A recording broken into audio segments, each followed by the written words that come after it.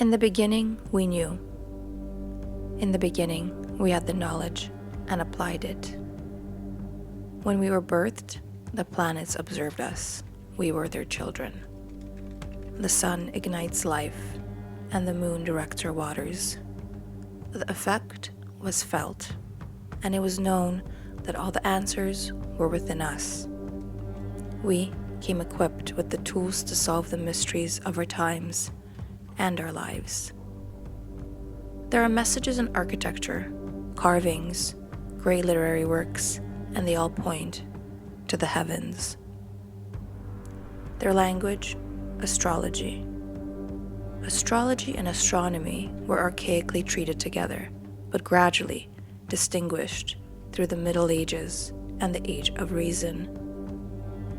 Man reincarnates again and again because he has forgotten to read the messages. He has forgotten to listen to the planet of the ancients, Saturn. Saturn was the first sun, and according to esoteric literature, it was where the thought forms of man were first born. The thought forms of humanity were placed in what in occulted language was named the warmth egg. In alchemical terms, it was the heat and the fire that transmutes into smoke and obscures. Understanding this is one of the first lessons to master before understanding. And yet, this lesson was too forgotten. We now look up at the sun without a glimmer of understanding of what we seek and the process that it would take to reignite it. And as Peter Kingsley rightfully says, humanity today is so concerned with the extinction of species that the world is wiping out, but there's hardly anyone who notices the most extraordinary threat of all, the extinction of our knowledge of what we are. We are ancient, incredibly ancient.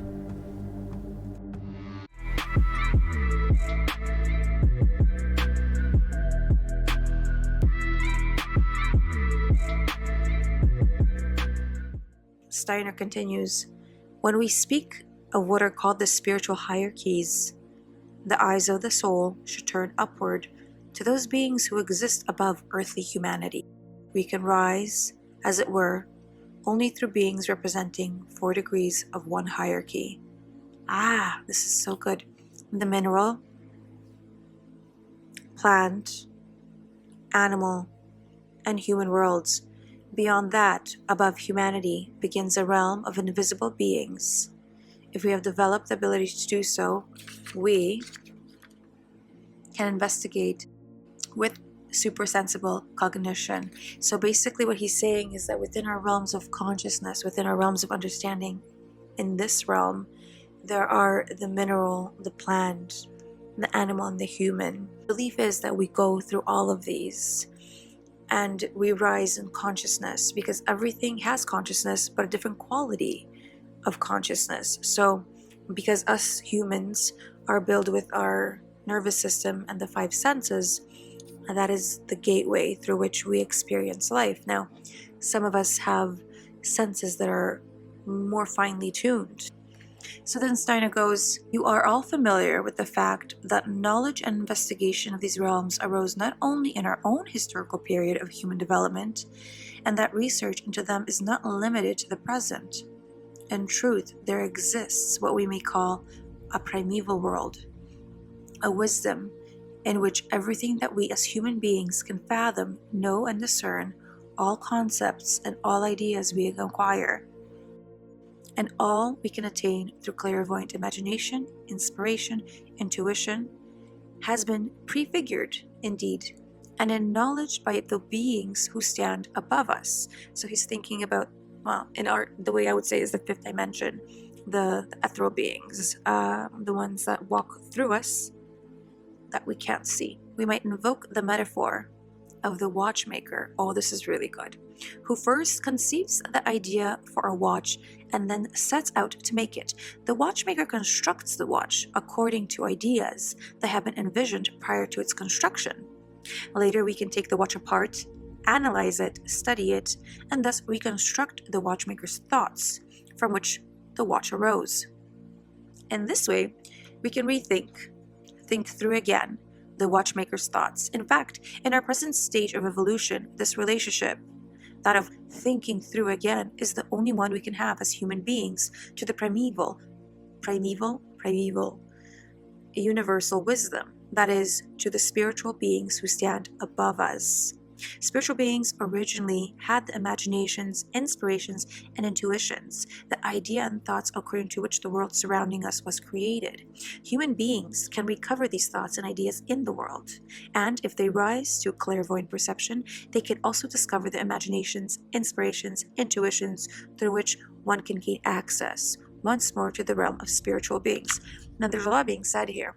I think that what Rudolf Steiner is saying is that these lighter beings, like less dense beings, who are the spiritual forms above us, they kind of set in place the structures of things. And if you know anything of theosophy or of Rudolf Steiner's teachings, he's very much about the blueprints and the densities forming as a result of something. But that is the way that he very often refers to these higher beings. And humanity, we're eventually going to evolve if we're lucky enough and don't always go through the same cycle of reincarnation. We are to evolve to become these higher beings. And when he says spheres of heaven, the hierarchies of heaven, he's talking about a different energy. He's not physically talking, well, yes, it's actually both. He's physically talking about the skies above, but he's also constructing the reality of different energy forms and different consciousness, right? So like I said, a rock is conscious. It'll have a much different consciousness than us, a human being, because we have different sensory patterns. So will, let's just say, a plume of stardust that has the weight of 1 billion suns.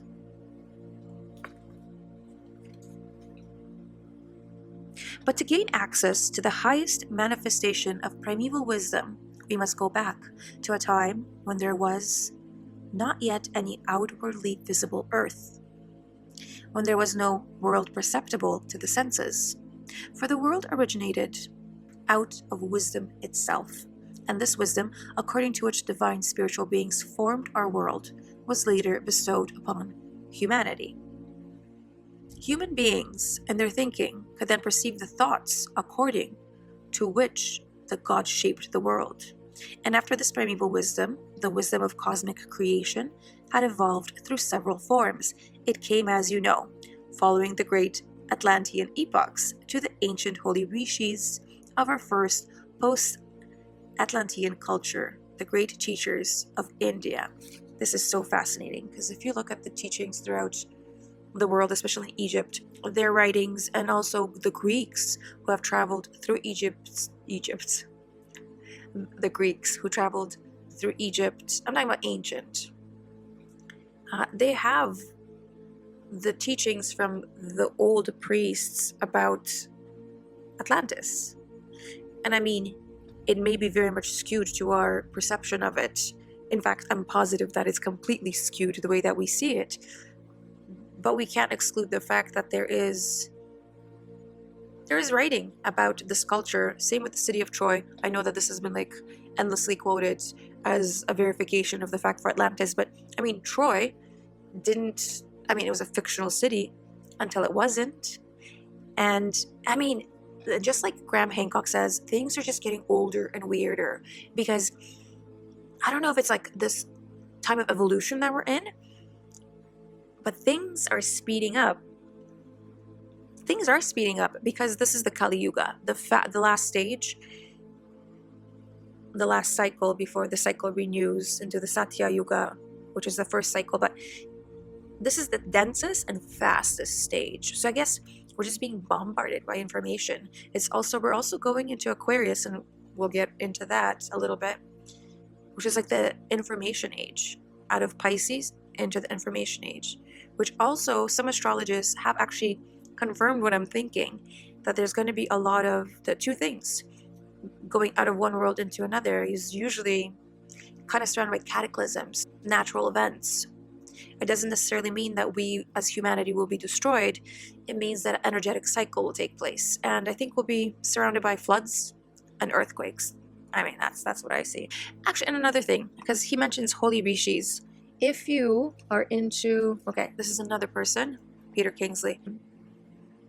I highly, highly recommend him, Peter Kingsley. This is the first book that I read, but I honestly would recommend that you read his first book. Anyway, going back to this.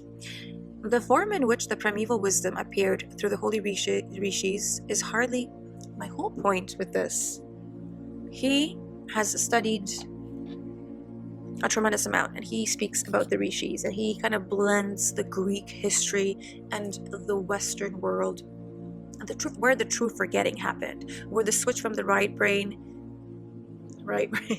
occurred to the left brain. It's like the rise of the Western culture, where we really separated the right hemisphere from the left, and we started ruling with reason. It's like the rise of reason, unforgiving reason, a reason that is too reasonable. And whenever you have too much and the scales are skewed,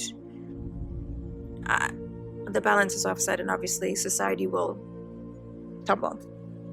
The form in which the primeval wisdom appeared through the holy rishis is hardly conceivable to human beings today, for human capacities of thinking and perception have changed considerably since the great teachers of India, since they first taught the post-Atlantean humanity.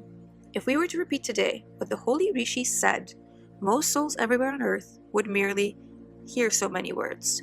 To understand the wisdom that was imparted to post-Atlantean humanity, quite other powers of comprehension are necessary than those that we have in our time. Left brain, right brain. All that has been recorded of this wisdom, all that is to be found in the best books regarding this original cosmic wisdom, represents only a faint echo of it. In many respects, it is obscured and darkened wisdom. No matter how sublime the Vedas appear to us today, or how beautifully the song or gathas of Zarathustra sound to us, or how glorious the ancient wisdom of Egypt speak to us, indeed, we can never sufficiently express our admiration for such documents. They provide only a dull reflection of the original wisdom of Hermes, the great teachings of Zarathustra, or the sublime knowledge proclaimed by the ancient rishis. So this is exactly what I'm saying. Just because, and as we change from the right to the left hemisphere, language changes. The way that things are recorded and passed through time after that will have changed. And so there's this dichotomy there, where sometimes the things were cheapened through the left brain language, and then sometimes things were recorded in the right brain language and now are completely misunderstood. Like, we just don't understand, because the same way that we might listen to spoken history and think that these are just stories, theatrical representations of some myth, not truly understanding the hidden realms within those words, the true seeds of knowledge within a husk of a word that we have forgotten the true resonance of. Yet, this sublime wisdom was preserved and could always be found in certain small circles guarding the mysteries, which is the term by which this knowledge is known. This primeval wisdom of humanity was preserved in the mysteries of India, Persia, Egypt, as well as the Christian mysteries, as these have existed up to our own time. Indeed, until recently, one could reach an understanding of living wisdom. This is what he also talks about. It's the tradition of spirituality that is applied in everyday living. It's just like a knowing how it's a knowing in your bone, in your cell, in your spirit, of the actuality of the world.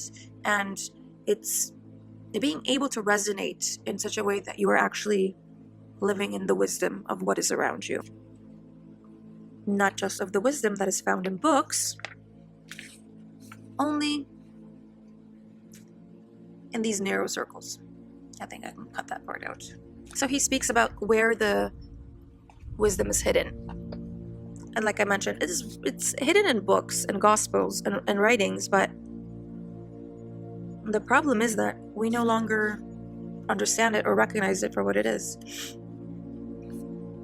Thus, the time has come when the contents of the primeval cosmic wisdom may be brought in an appropriate form for many more people.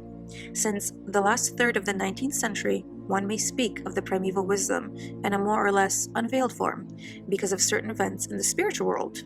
The guardians of the mysteries have been permitted to allow some of the ancient wisdom to flow out into the world at large.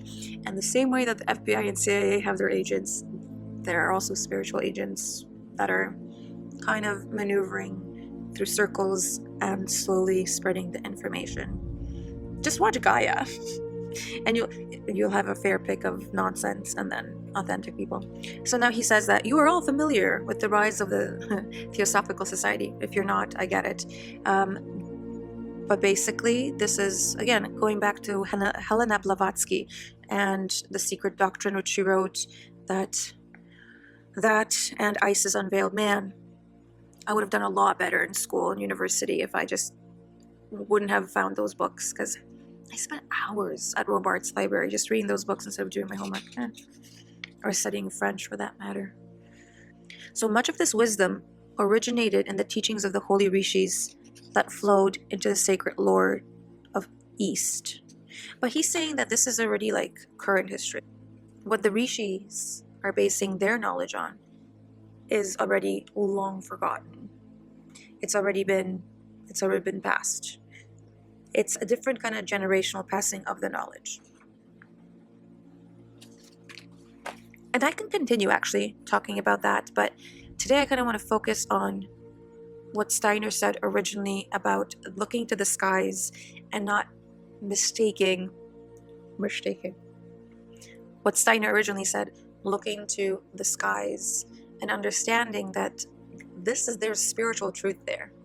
Fundamentally, when you look at it and you see a star, it's a star. But what is a star? A star is a star is a star. And he's saying, but also at the same time, the dichotomy of it, he's saying, don't misunderstand heaven for what it is. For instance, like when Christians say that you're going to go to heaven, you're not going to be sitting in the clouds, okay, with the angels. It's a different vibration. But those vibrations happen to be stars and planets and stars. You get it? Okay, let's just jump into it. Okay, this is good. Further, he speaks about Buddhism, how Rosicrucians, which Rudolf Steiner is a Rosicrucian, which I believe that they're like the carriers of the wisdom that he's implying. So he says that Buddha's insights are great, but then he jumps into the clairvoyant human eye, which gazes into the expanses of space at that time saw spiritual worlds. It would have been meaningless then to speak of Mercury, Neptune, Saturn, and so on, as astronomy speaks of them today. When astronomy today speaks of the cosmos and its contents, it can only report what the senses are perceiving from the physical eye, what it sees when it looks into the heavens. This was by no means the case for ancient clairvoyant humanity in Atlantean times. Human beings did not see physical, finite, shining stars then. When we see today, the physical eye is merely an outward expression of the spiritual reality that human beings beheld in former times. Today, when we look with our physical eye through a telescope to where Jupiter stands in the heavens, it sees, so to speak, a physical globe surrounded by moons. But what did the ancient Atlanteans see when they looked clairvoyantly? During Atlantean times, the physical eye saw much more than we do today when we try to see something through a thick autumn mist. The light is surrounded by a kind of misty aura and then disappears into the colored rings that form around it. I keep reading the whole book. In fact, I think I'll do more episodes that focus on this book. It's just so fascinating. But if you look at physicists that made breakthroughs, for instance, Velikovsky, he predicted what Venus was like. He predicted that Venus had like a different spin. He predicted the heat, basically the gases. He was off by a slight margin to when we could actually have, and this is like decades before a probe could go by and study what Venus was like. So he was right. But where do you think that insight comes from? Like pure imagination? And what is imagination anyway? Like that comes from something. And if you're like me and you believe in consciousness as all pervasive and the fundamental structure of everything, then like it's just a matter of shaping our senses. It's just a matter of honing our skills to be able to perceive more. And that's, I think, what he's just trying to say. Like, we no longer perceive what the Atlanteans could. And we call them Atlanteans. Again, I have this like kind of twinge whenever I say that, because I know that the common understanding of like an image of them is very different from the reality of who they were as a people. And I think that if we actually understood or had more evidence or a practical way of seeing them, again with the practicality, right? Left brain, right brain, we would be somewhere else. But off to the heavens we go.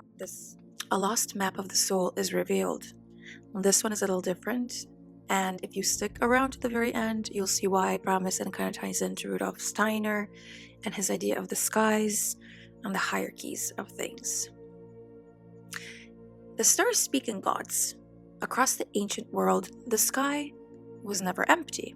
To look upward was to study the self and your place in the universal mind. A mind not remote or silent, but one that expressed itself in brilliant points of light, in wandering planets, and in the choreographed dance of sun, moon, and stars. A language. And because it clearly had rhythm and pattern, it was communicating. In sacred astrology, the gods are not merely fictionalized or anthropomorphized versions of stars.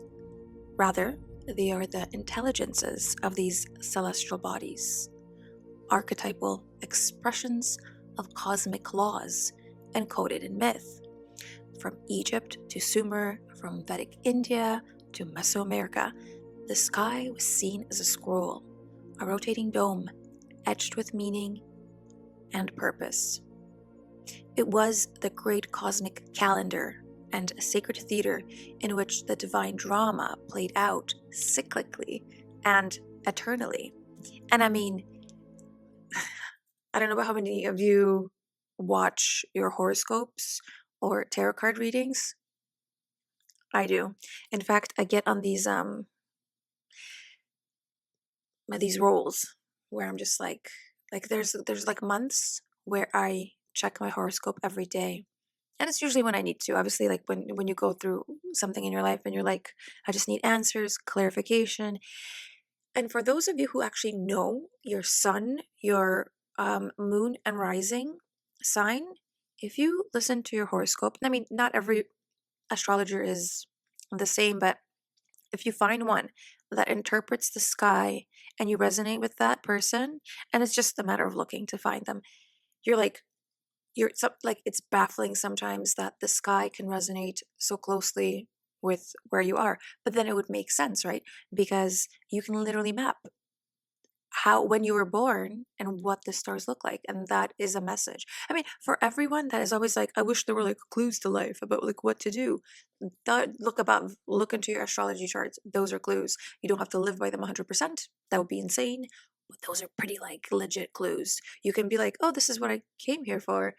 In fact, if you look at your Saturn's usually the planet that will tell you why you reincarnated into this life form, or like what you agreed to in this life. if you follow that, or at least use it as an insight. I mean, if you follow that, or at least use it as an insight, I think that your life will reflect that. Where were we? One that could predict the rise and fall of human phases. The ancients saw the heavens as the template from which all earthly life derives its rhythm, form, and spirit. Kings ruled by starlight. Cities were aligned to solstices. Rituals were timed by lunar phases. The sky wasn't metaphor, it was law. What marvel is man? He is not just mortal, but immortal. And not just rational, but divine. And of course, as above, so below, and as within, so without. Interpreted as cosmic law, this line also reflects a somatic truth. The microcosm, your body, reflects the macrocosm, the universe. The constellation figures, such as Leo, Taurus, or Scorpio, were never only animals. They were the primordial energies encoded in symbol. Carl Jung would later call these patterns archetypes of the collective unconscious. But to the ancient priest astronomers, they were both internal and external maps of the soul and mirror of the heavens. Now, these ancient astronomers, I mean, not all of them, I'm not sure if you heard about this, but like in Mesoamerica, they would have these pools of water, and they didn't use them for bathing. They used them as TV screens, more or less, because they would reflect the skies. And so instead of looking up, they could look down, and I'm guessing write and record. I don't think they did that in Egypt, but I just thought that was very interesting. The 7 classical planets, Sun, Moon, Mercury, Venus, Mars, Jupiter, and Saturn, were seen as divine agents shaping fate and form. Their movement was not mechanical, but initiatory. Each planetary passage could be a trial, a blessing, a death, or a rebirth. And, as some of you savvy astrologers out there know, again, some of these planets have crazy orbits. They have like wacky retrogrades, which makes their alignment in the sky with other objects very particular and telling. And sometimes only once in a lifetime. To who we call the mystics today, the sky was not cold or distant. It was intimate. The divine intelligence turned inside out. A living being that mirrored the journey of the soul. Imagine how spectacular and reaffirming that was in a time with no distractions, like no TV. And to know astrology was to connect with the divine and understand the path of return, from matter to spirit, from exile to home. In this light, astrology becomes not superstition, but sacred science. Sacred science that has been occulted by organized religion and obscured as fringe nonsense. However, the figure of the sun god, Jesus, has appeared across cultures and came to represent not just light, but resurrection, divinity, and the soul's eternal journey to the kingdom of God. What if that means, again, as Rudolf Steiner says, that we return to stardust, but intelligent, or then become maybe like larger sentient planetary bodies? A consciousness embodied as plasma? Perhaps, because plasma does exhibit behaviors that would initiate consciousness. And people go, well, those are like electromagnetic behaviors. Well, we are electromagnetic beings too. And so I don't see how that's exclusive of consciousness. In fact, I have the idea that plasmoid intelligences were a lot more common when our atmosphere was denser, because that would just make sense for the Earth's environment. But that's like an episode later or two later. We are electromagnetic beings, right? And so are planets. Rudolf Steiner writes that heaven is misunderstood and is just a higher vibrational plane. And like I mentioned, so does Istag and Dov. There are layers of this truth that reveal this in numerous traditions. Part 2 is the Solar Archetype, light, death, and resurrection. When we look at Ra, Helios, Krishna, Dionysus, Mithras, Attis, and Jesus, what do we find they all have in common? Their similarities are striking. They are depicted as truth. Light, God's anointed one, born of a virgin, followed by 12, they die, descend, and rise in glory. Throughout the mythic record, one figure reigns supreme in nearly every culture: the solar god. These narratives are not mere coincidences, nor are they plagiarized myths. They are astrotheological codes, sacred metaphors, expressing the journey of the sun across the sky, through the seasons, and into the underworld of the night, or winter. The birth of the sun at the winter solstice, around the 21st through the 25th, now depending on the calendar, marks the point of least light, when days are shortest and darkness reigns. And yet here, in the darkest moment, light is reborn. Now, the 12 apostles not only mirror the 12 signs of the zodiac, which are the solar houses that the sun passes through each year. It represents the teachings of each house, or the gathering of disciples. The crucifixion symbolizes the sun's descent, setting in the west, or dying at the celestial cross at the equinox.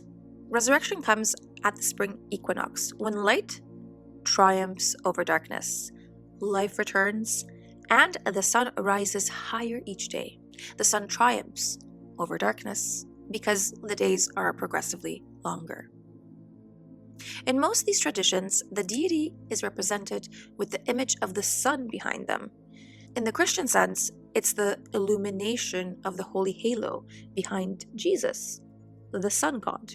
In esoteric Christianity and Hermetic thought, this entire cycle becomes a spiritual path, not just solar, but alchemical.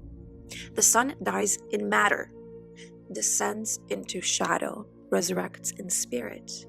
It is the soul's mythic pattern. The number 12, found in apostles, tribes of Israel, labors of Hercules, Olympian gods, maps to the zodiac, the sky's grand wheel. Each sign also expresses a stage of consciousness, an archetypal challenge or gift. We are now in the age of Aquarius. The ancients, they knew and they understood the ages. They encoded it in every temple, parable, and pyramid. Sacred astrology suggests that the sun is not just a fireball, but a teacher, a portal. It transmits information, energy, and spiritual nourishment. Its flares, cycles, and pulses impact human biology, behavior, and belief systems. In the mystery schools, initiates were trained to align with this rhythm, to receive the inner light through disciplined attunement. Interestingly, there's emerging research that the human brain may actually produce light, especially biophotons. Now, I'm not a physicist nor a doctor, but it's an ultraviolet to near-infrared spectrum that is emitted by living cells, like perhaps neurons. And this is perhaps the Christ consciousness illumination, or not. But wouldn't that be cool if there would be like an actual physical phenomena of the halo? Current science shows, for those who want to see, what mystics always claimed. The sun emits not only heat and light, but complex frequencies, including those that affect the pineal gland, circadian rhythm, and even DNA activation. Fun fact, the sun bands of radiation increased in May 2024 and May 2025, coincidentally around Mother's Day. And amid these geomagnetic storms, unusual orb-like luminous forms have been reported, consistent with plasmoid formations, which would happen from charged plasma interacting with the Earth's electromagnetic field. Human bodies respond during solar storms. Now, some people are experiencing beneficial phenomena, while others experience migraines, auditory sensations, and subtle energetic shifts. Some people are extremely tired during these times. I know I've experienced all of them. And these are being tied to the atmospheric proton interaction and the body's electrical sensitivity during these times. And yeah, we all ingest light through all of our senses, so there's that. Think about it. These phenomena are echoing in spiritual circles as signs or presences, returning perhaps with intensified solar frequency. Thus, solar myth is not primitive storytelling, it's multi-layered initiatory knowledge. It links cosmology with biology, spirituality, and astronomy, ritual with renewal. When we align with the sun, both symbolically and somatically via circadian rhythm, we activate deep within ourselves. We begin to remember small glimmers. We re-enter the cosmic rhythm, which brings me to part 3, the solar riddle, strange sun and strange times. The sun is alive and going through a solar maximum this year, 2025. We are currently approaching the peak of solar cycle. A period called solar maximum is when the sun becomes highly active with solar flares, sunspots, and coronal mass ejections, CMEs. But this cycle has shocked even seasoned astrophysicists. This is the sun like we haven't seen it before in our recent history. It's strange because the whole cycle has ramped up much faster than predicted. The number of sunspots exploded far ahead of schedule, and the solar winds and geomagnetic storms have hit Earth with unusual frequency and intensity, disturbing satellites and GPS systems. In fact, I think that what happened in Europe, in Italy, I think where else was it? Italy, Greece, some of these places, it was like Italy, Greece, and Portugal, they lost power. And some people thought it was like a cyber attack, some people thought it was something else. I think it was the effect of like a geomagnetic storm that hit them and took out power. The grids were down for hours. There is a fascinating channel here on YouTube, Stefan Burns. He does an amazing job explaining the sun and keeping people up to date with the physical up to date changes, like hour by hour. I don't know how much time he has on to do this, but he does it very well. Now, ancient cultures knew the sun as a conscious intelligence, the visible eye of a spiritual world. In Hermetic thought, solar eruptions symbolically mirror human awakenings. Disturbances in the collective psyche are dimensional thinning. Again, Stefan Burns has a video where he shows how a lot of social changes happen during solar maximums. Like he does a graph, and it's very fascinating. And if solar eruptions and activity mean an awakening, what does darkness imply? Because the sun went dark in May 2020. Now, multiple parts of the world reported unusual, dim, white or cold sunlight. During this time, observers noted lack of warmth and shadows behaving oddly. The sunlight felt different, cold, dim, like it was filtered. People stepping into direct sunlight noticed no corresponding rise in temperature, even at peak hours. Sunbathing yielded no warmth, almost as if a shield was over the sky. Descriptions included fluorescent, whitewashed, or ghost-like light, missing its golden tone. Now, I have many conspiracies when it comes to this living free in my head. And if you haven't heard this, I could probably make a little episode on this, but I think it's all chemical. But you know who's evil? Bill Gates is evil. This guy's messing with our atmosphere. He wants to repackage organic fruit by putting some wax on it. He's already devastated India through his farming practices, and he currently owns the most farmland in the world. I think the man is evil. And yes, he wanted to create a shield for the sun. This is not a joke. It's insanity, but I'm not even joking. Back to the video. People in spiritual, observational, and farming communities reported shadows behaving strangely. They noted that shadows were delayed and looked very faint, muted, and dull.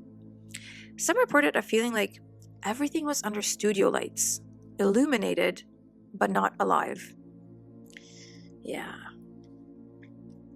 Symbolically, this coincided with COVID and the global lockdown, when humanity entered a collective initiation, silence, darkness, inner reckoning. We were conveniently tucked away while governments were celebrating, I don't know what, but they didn't have to follow the same rules we did.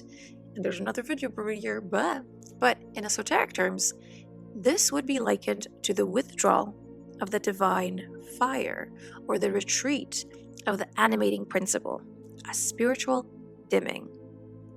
The sun causing, or maybe even mirroring, the collective withdrawal during global lockdowns. So maybe there is a push and pull here, a collective vibe, and even the sun was depressed. It could also, of course, be Bill Gates. But, I mean, aerosol injections and the geoengineering, but it could be alchemical symbolism.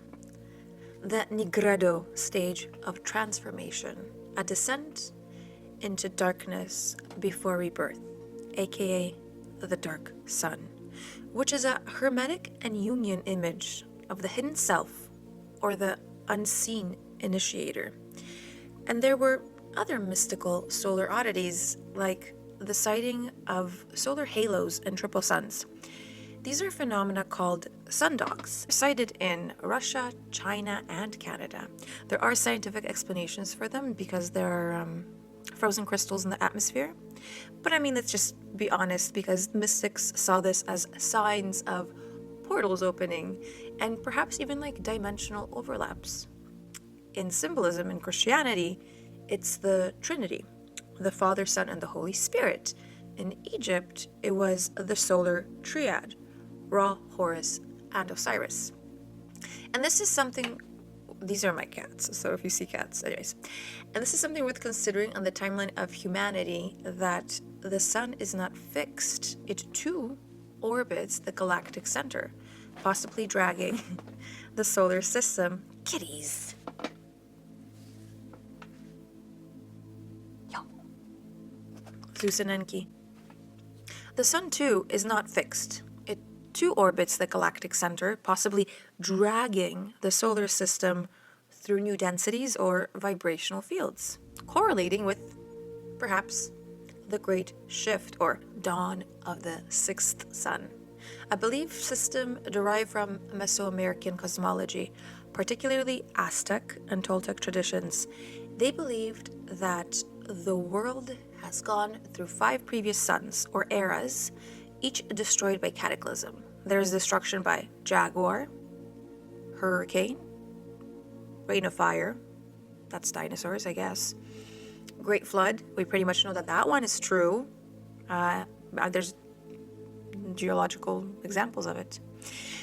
And current being the age of technology and a struggle between the material and the spirit. So naturally, what is the sixth sun about? Well, no texts actually exist about it that specifically say what it is. However, from the Toltec tradition and many other native elders, the wisdom carriers speak. Again, if we listen, they speak of a prophesied age, a time of the reconnection to the sacred feminine unity, the sacred consciousness.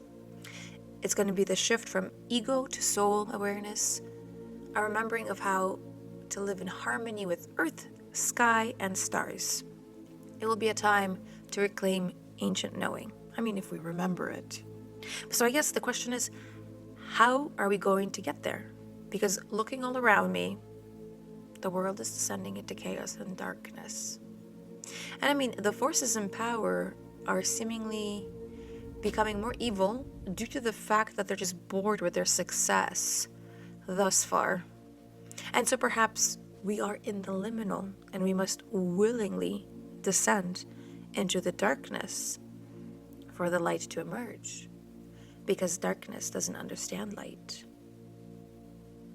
Okay, but what will be the destructive force? We have been eliminated by jaguar.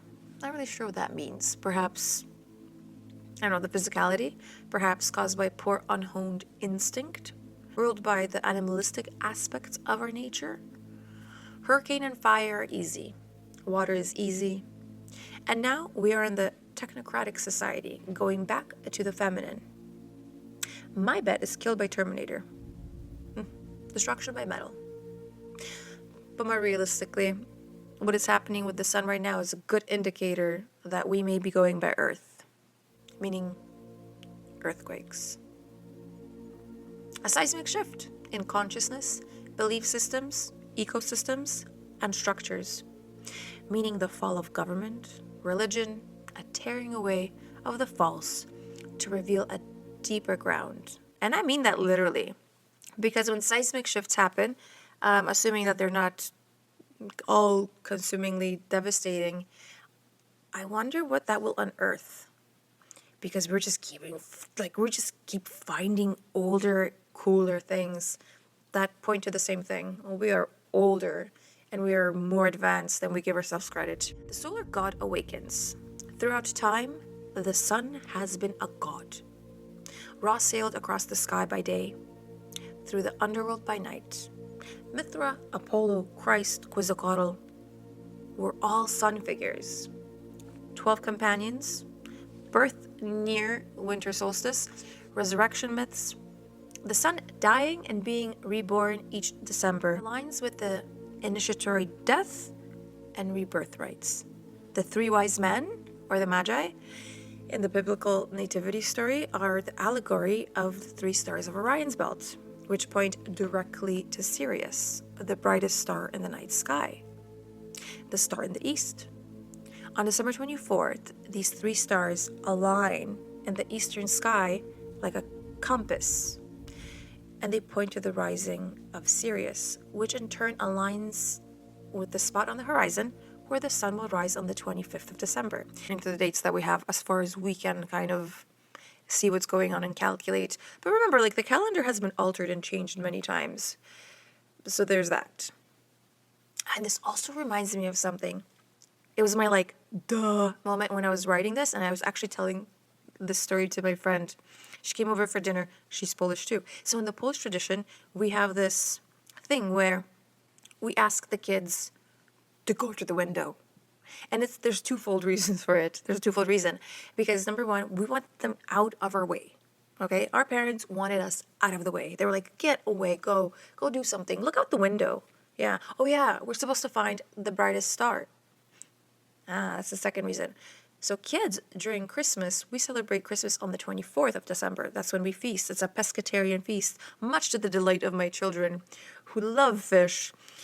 And actually, I've taught them to even like the pickled herring. However, so when you look out the window, you're looking for the brightest star. Well, the brightest star that's going to show up the earliest is going to be Sirius. And that was the whole point of it. Duh. Sirius was the one that would appear, and then we would know that the sun would rise there again the following morning. Therefore, we can start to feast and celebrate the rising of the sun, the birth of the sun god, Jesus. Duh. And tell me that Christianity is not rooted in paganism. The birth of the sun, Jesus, is the birth of the sun at the winter solstice, when the sun begins to rise again after dying for 3 days, or rather appearing to stand still, somewhere from the 21st through the 24th. The gifts that the kings bring, the Orion's belt, they bring gold, which is solar light, divine consciousness, frankincense, spirit, or air purification, myrrh, death, rebirth, embalming. They are alchemical symbols, and Christianity will have you punished and repent for this blasphemy and deny that it is deeply rooted in paganism. However, deities who die and resurrect with the sun are countless, each expressing a universal pattern of light body activation, each playing the role in the metaphysical explanation of what happens above us. Why is this important? Because once again, as above, so within. The initiatory body and the architecture of the cosmos, across temples, pyramids, and sacred texts, are persistent in one thing, the number 12. Not just as a count, but as a frequency, a fractal a code embedded in both the cosmos and in the body of the initiate. So let's begin with the inner temple, the 12 cranial nerves. They are the zodiac inside you. The human brain has 12 pairs of cranial nerves extending directly from the brainstem, not the spinal cord. They are the apostles of the nervous system, each ruling a different sensory or motor function. Cranial nerve functions, in esoteric terms, correspond to the 5 senses that we have. And this is interesting to point out, because as we kind of entertained in the beginning of this video, our senses is how we perceive our tangible world, but also, depending on how honed our senses are, extrasensory things, the other dimensions, or perhaps the more real reality than we can filter through just our dulled senses. The olfactory smell is the connection to intuition, ancestral memory. Optic vision is inner sight, it's clairvoyance, even like eye movement, perception of reality, reality bending. Facial expression, emotional alchemy, voice of the soul. The hearing, I can't say that, vestibular, the hearing is balance, attunement to divine, and harmony. The throat and neck is an expression of truth-telling, a vibration of mastery, in esoteric view. Now, these nerves correspond to 12 signs of the zodiac, the 12 disciples, the 12 labors of Hercules, the 12 stations of the sun across the sky. There are 12 hours in the day and 12 hours in the night. The original binary of the inner and the outer world. The initiate learns to activate each gate of perception, reclaiming the senses not just for survival, but for revelation. Even our biology is a map. There's 12 major meridians in the traditional Chinese medicine, as well as 12 vertebrae in the thoracic spine, and they are protecting the lungs, the heart, and the inner sun of the body. Moving from Pisces to Aquarius, and we know that this is like a big shift in technology, like it's a prophecy of technological explosion. Okay, well, there's something to be said here about light. We know that sound is light, and it's just a frequency, a code, okay? And as we pass from one age to another, it's a death. But with each death comes a resurrection, and every ancient resurrection rite involved sound. So the Egyptian Book of the Dead speaks of uttering the true names to pass through the gates. Tibetan monks use syllables called bija to activate the energetic pathways in their body. In the Maya, the Popol Vuh, creation is sung into existence. The word ripened. In the beginning was the word. This word is not English. It's a resonant frequency that opens matter. Sonic resurrection means tuning the body to match the frequency of light. This is echoed in chant, toning, solfeggio scales, and vowel magic. Now, the temples of Dendra, Chavin de Huantar, and the Delphi were acoustic amplifiers for initiation by sound. We also know that Stonehenge and Göbekli Tepe also have acoustic properties. Many mystery schools, as a result, understood and taught the creation of the golden body, or the rainbow body. So in the Egyptian tradition, there was the luminous double. It was a solar initiation, an inner resurrection, the Tibetan rainbow body. It was the dissolution of the body into light post-death. The Vedic Divya Sharya, the divine body, is transcendence through tapas and mantras. The Taoist light body was an alchemical transformation via breath and ki. The process often involves, solar exposure, heliotherapy, fasting, and drugs. It involved dream navigation, lucid dying, mantras, mudras, and breath control. It was the dissolution of the ego into the solar field. In essence, one becomes the sun, not metaphorically, but energetically. As Bentov might put it, you align your oscillating field to that of the universal heartbeat. Christians understand this as the Christ Son consciousness. However, in order to achieve this, one must also sacrifice something: the letting go of identity, the disintegration of attachments. You must die before you die, so that when you die, you do not die. That's a Sufi proverb. And this was the true path of the initiatory death, to burn away the false and reveal the solar core, the eternal self in union with Source. Now, it's very important to understand that you're not wanting the sun to activate you, because initiates do not worship the sun, they become it. Every temple, pyramid, and Stonehenge were erected to celebrate, and you just get what I said. They become it. They become it. That's the whole thing. Every temple, pyramid, and the Stonehenge were erected to celebrate the sun. Yes, they were solar machines. And they were built in a deeper understanding, a knowing that when these monuments are built, they stand in memory of time.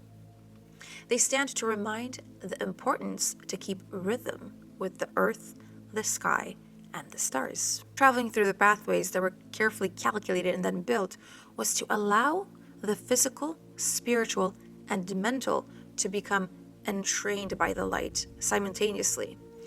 Because real Christ consciousness and enlightenment can't happen without the Trinity in alignment. The mind can't outrun the spirit, and the spirit must be aligned with the body. All must be unified. Everything must be in the right alignment, illustrated by the impeccable calculations of these structures. We know that they knew not only the physical, but the metaphysical. And I have a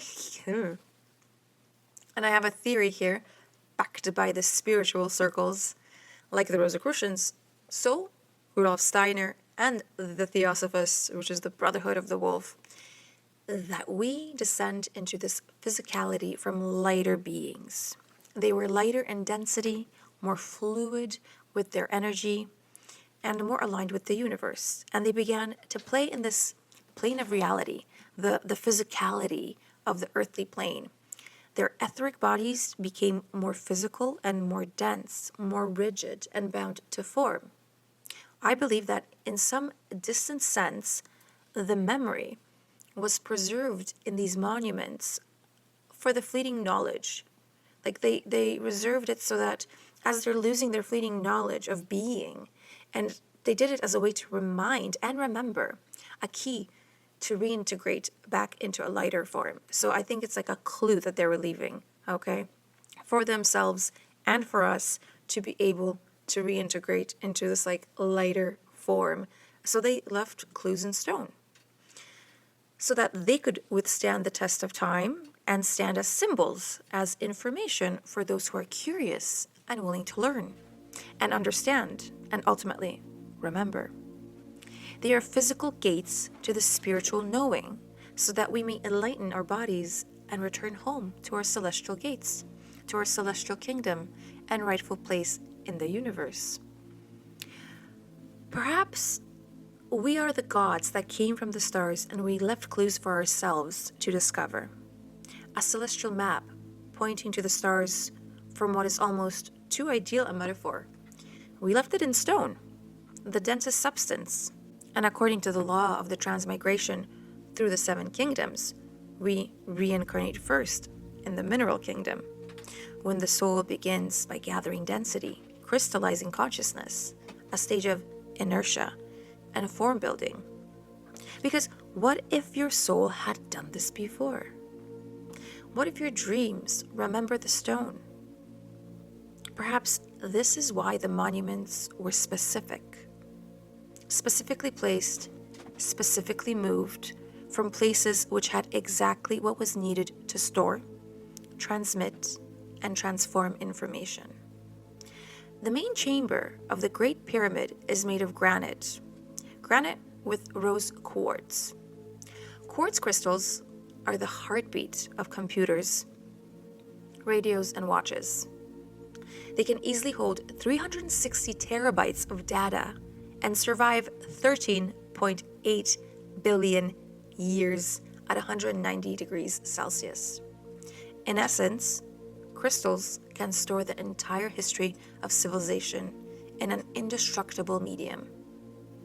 The Akashic records may have a digital cousin, etched in quartz.